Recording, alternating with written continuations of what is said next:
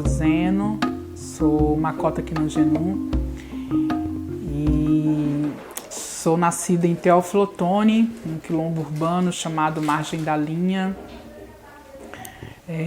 mas estou há algum tempo morando numa comunidade, um bairro feito em mutirão, chamado Taquara, hoje um bairro, urbano da cidade de Teófilo Otoni. Sou assistente social de formação, me formei na Universidade Federal dos Vales de Jequitinhonha e Mucuri e trabalhei também durante muito tempo naquela cidade. Um tempo mudei para Belo Horizonte e aqui em Belo Horizonte eu fui educadora do cursinho de preparação para o Enem, a Educafro, Participei muito tempo da Educafro. Participei um tempo também, fui presidenta do Conselho de Promoção da Igualdade Racial de Belo Horizonte, um período, da Rede de Mulheres Negras daqui de Minas Gerais, a Rede Afro-LGBT, também daqui de Minas. Enfim, tive aí nos últimos 20 anos nos movimentos sociais e, por fim, em 2019, eu adentro, sou confirmada Makota numa casa de candomblé de tradição congo-angola, na Jindanji Kununkosi, que é onde nós estamos, onde vocês estão vendo aqui esses painéis. E aqui eu sou a Makota Kinanjenu e tenho reaprendido a viver nesse mundo, a reviver ou viver a Kinanjenu nessa tradição e ter um olhar diferenciado para esse mundão aí, onde nós estamos e somos inseridos. Fui convidada por esse projeto para a gente falar sobre a Lei 10.639, 20 anos dessa lei.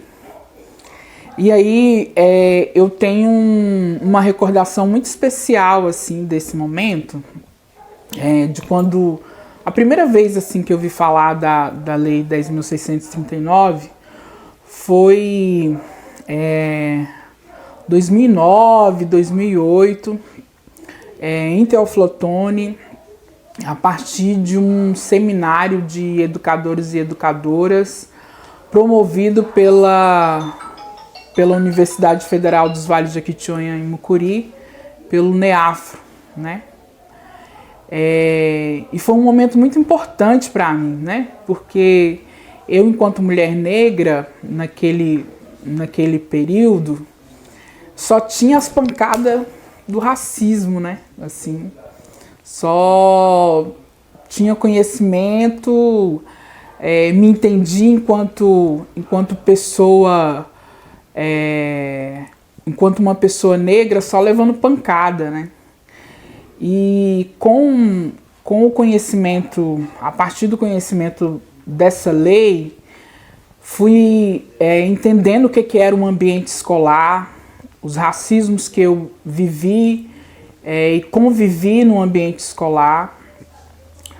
Fui vendo que tinha outros tipos de história que poderiam ter sido contadas e não foram contadas. E percebi outras e outros, que se importavam, que lutavam para que crianças como eu, como a minha irmã, que minha irmã infelizmente abandonou a escola,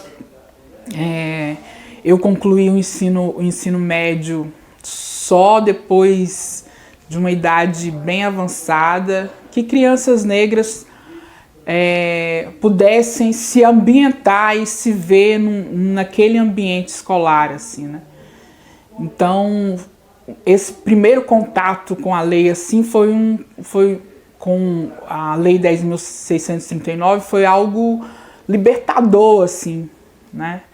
É engraçado da gente pensar de como que é algo que que foi uma conquista, né?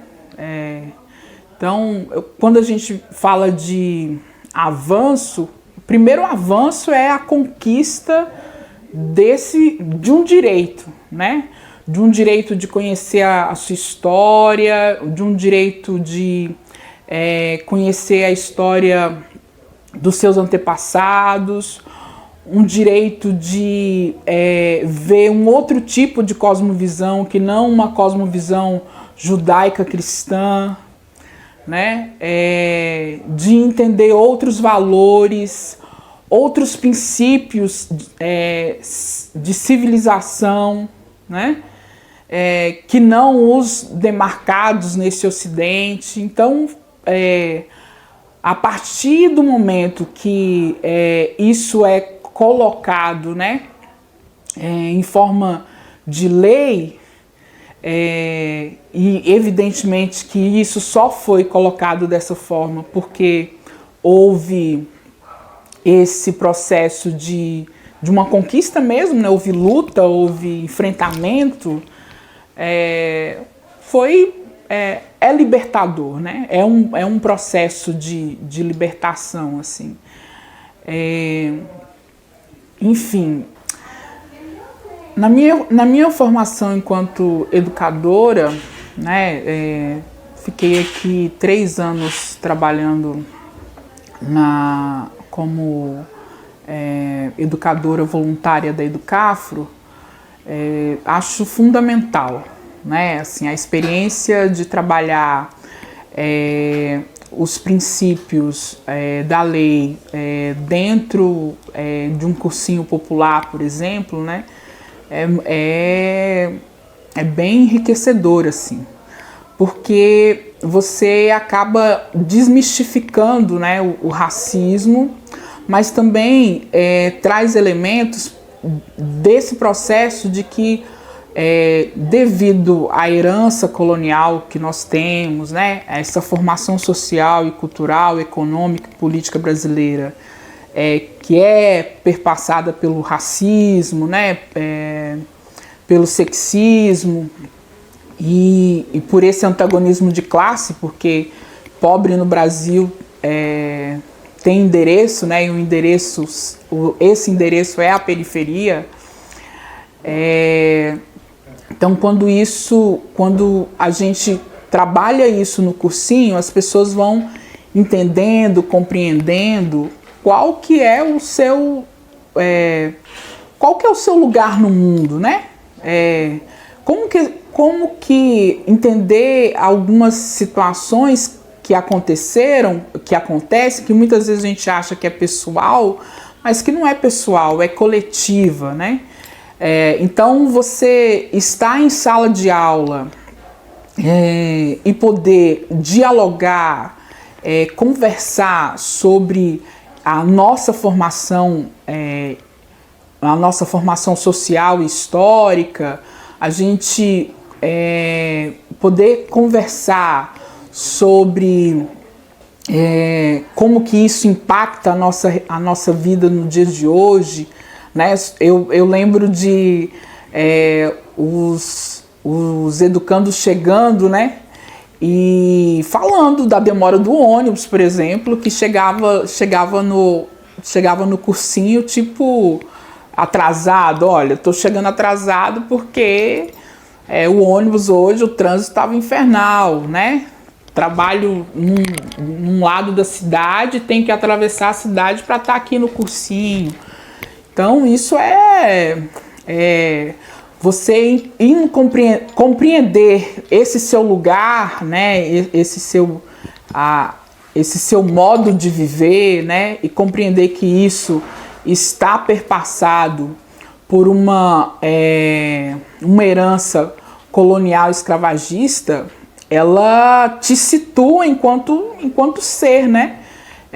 Enquanto ser humano, né? inclusive situa a sua humanidade nesse processo, né?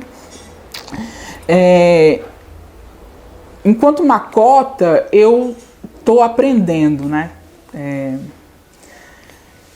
E reaprender é muito difícil quando você acha que já tem uma bagagem e aí de repente essa bagagem que você tem é uma bagagem que ela é cheia de vícios, né? E vícios de uma branquitude, né? De uma cosmovisão que não são dos seus antepassados, né? De uma cosmovisão que ela foi imposta. E quando você adentra para o candomblé, você não tá adentrando só para um processo religioso. Você também está adentrando num mergulho com a sua identidade, com o seu pertencimento. E isso é um conflito interno e externo, né? Você reaprende tudo. Né? Você aprende esse lugar, por exemplo, que é um lugar que eu costumo dizer que é esse lugar da cozinha, por exemplo, que é um lugar que se passa muito conhecimento, é um lugar que numa cultura branca e dentro dos feminismos que a gente conhece, por exemplo, para nós é um lugar de poder, para os feminismos de hoje é um lugar de exploração da mulher, sabe? Ou nessa sociedade ocidental que colocou a mulher negra nesse lugar da doméstica, etc. Né? Então, esvaziou o poder que esse cozinhar ancestral tinha e tem, e colocou nesse lugar somente a questão da exploração, né? Então, quando eu entro para o terreiro, quando eu me confirmo Makota, eu estou entrando dentro desse universo, né? E me despir da Andréia para me vestir de Kinangenum é um exercício diário, complexo, que eu tenho que fazer todos os dias. E aqui nós não temos livros, os livros didáticos escritos. Os nossos livros aqui são livros humanos, como vai dizer nossos mais velhos, né? E aí há o desafio de como você lê as pessoas e como você fazer uma leitura assertiva das pessoas, né?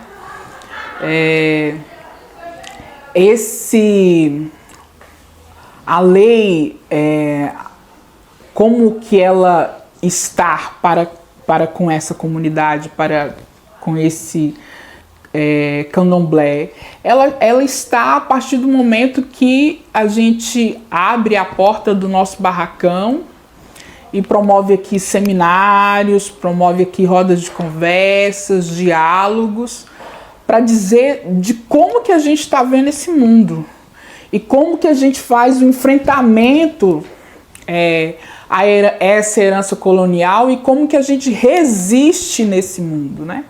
Como a gente está existindo nesse mundo. Então, eu penso que o meu papel enquanto Makota, né, em algum momento que é fazer esse processo,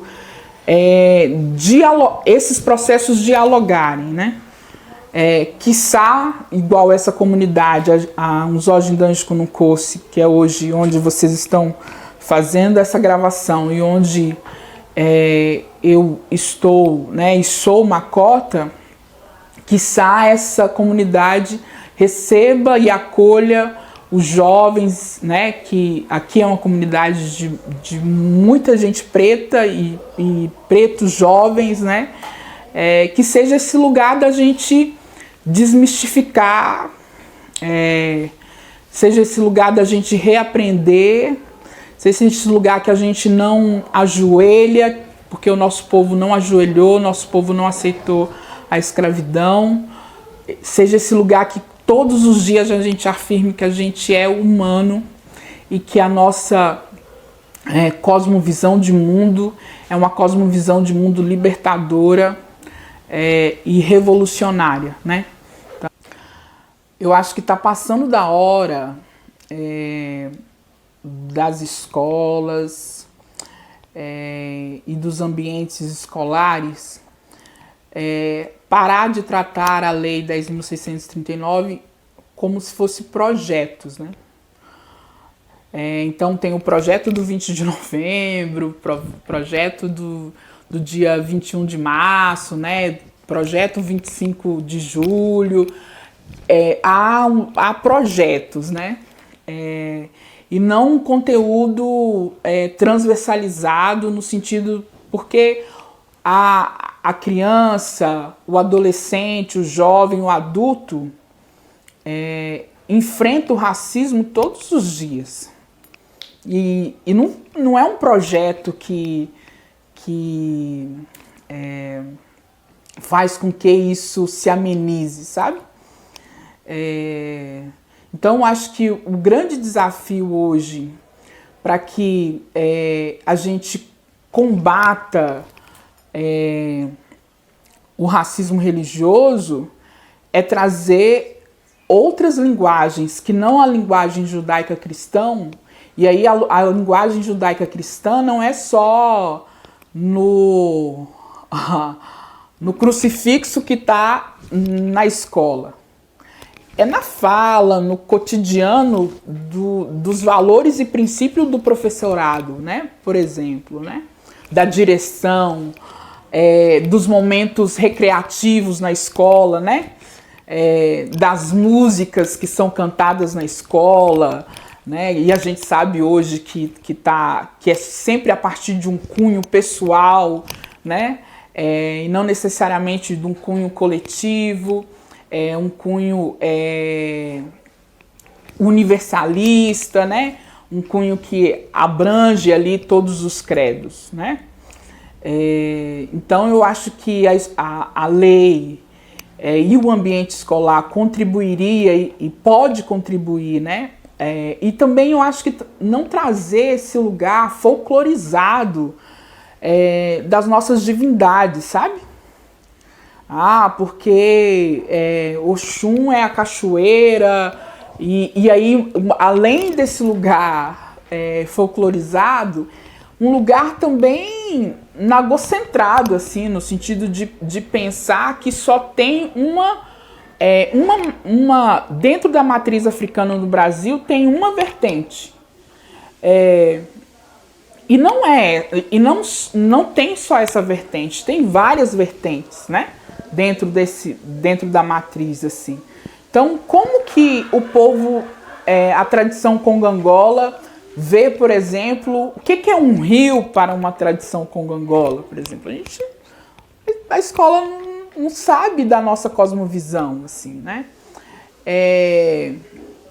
A escola não sabe qual que é a nossa filosofia enquanto entendimento do ser humano, né?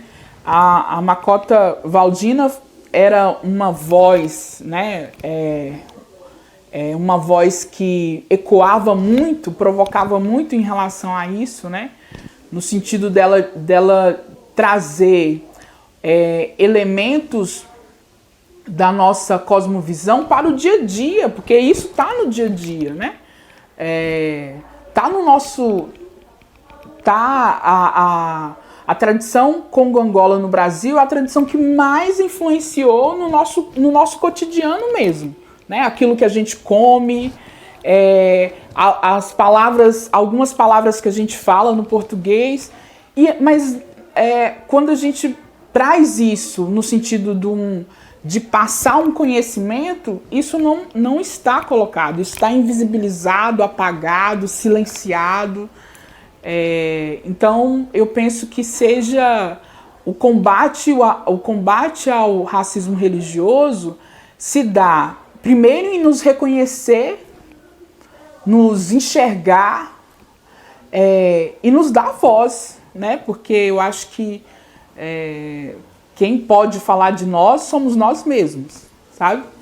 E trazer e valorizar essa formação, né? nos convidar não para estar lá só no 20 de novembro ou no 25 de julho, né, que é o Dia Internacional da Mulher Negra, Latino-Americana e Caribenha, de não estar falando só em março sobre a questão do combate ao racismo, da gente estar no cotidiano da escola, os nossos professores e professoras que são da matriz africana não ser estigmatizado dentro da escola, né? E em outros ambientes também de ensino, que a gente possa usar as nossas contas e isso não ser um questionamento para as pessoas, né? A gente possa usar o nosso turbante e isso não seja um olhar, seja motivo de piadinhas, de risinhos, né? Nos ambientes, assim. Que isso seja mais naturalizado, né? Então, por isso que não dá para ser projeto, né? Por isso que não dá para a gente fazer um projeto no 20 de novembro e achar que a gente está fazendo inclusão e que a gente está fazendo a implementação da lei. Não é disso que a lei está se tratando. A lei tá falando de algo muito maior. Aqui em Belo Horizonte, nem sei se eu posso falar sobre isso aqui mas um lugar que eu vi trabalhando muito bem isso, né, na escola Florestan Fernandes, a escola municipal, e eu fiquei encantada porque houve a visita do rei, de uma autoridade tradicional vinda da Nigéria, e aí não foi trabalhado somente a questão das divindades, foi trabalhada a economia daquele país, foi trabalhado a língua, foi trabalhado vários aspectos que perpassa por todas as disciplinas ali, né? E que isso também colabora para a gente pensar que quando se está falando dessas unidades, desses terreiros, né? Quando a gente está falando desses espaços sagrados, a gente está falando das nossas pequenas Áfricas no Brasil. Porque aqui a gente está conservando uma língua, a gente está conservando um modo de vestir, um modo de falar, estamos conservando a alimentação. Então há um universo aqui dentro, né? E quando a gente coloca isso, né? Quando isso é reduzido somente ao espectro religioso, né? Você tira a resistência não só a resistência, mas a estratégia, né? Que o nosso povo, que os nossos povos, que foram vários povos do continente africano que vieram para o Brasil, a gente tira a estratégia de sobrevivência desse povo. É aqui que nós estamos vivendo desde que esse país foi colonizado. Esse aqui, né, esses terreiros, esse terreiro é as bases e são as bases da nossa maior resistência, né, e da nossa conservação de vida. Combater o racismo religioso a partir da Lei 10.639 é nos olhar, sabe? Que até agora, nesses 20 anos, e aí eu acho que esse é um desafio, um limite, né, da lei. Até agora a gente tem feito um processo folclorizado de olhar os povos tradicionais de matriz africana. É preciso aprofundar mais.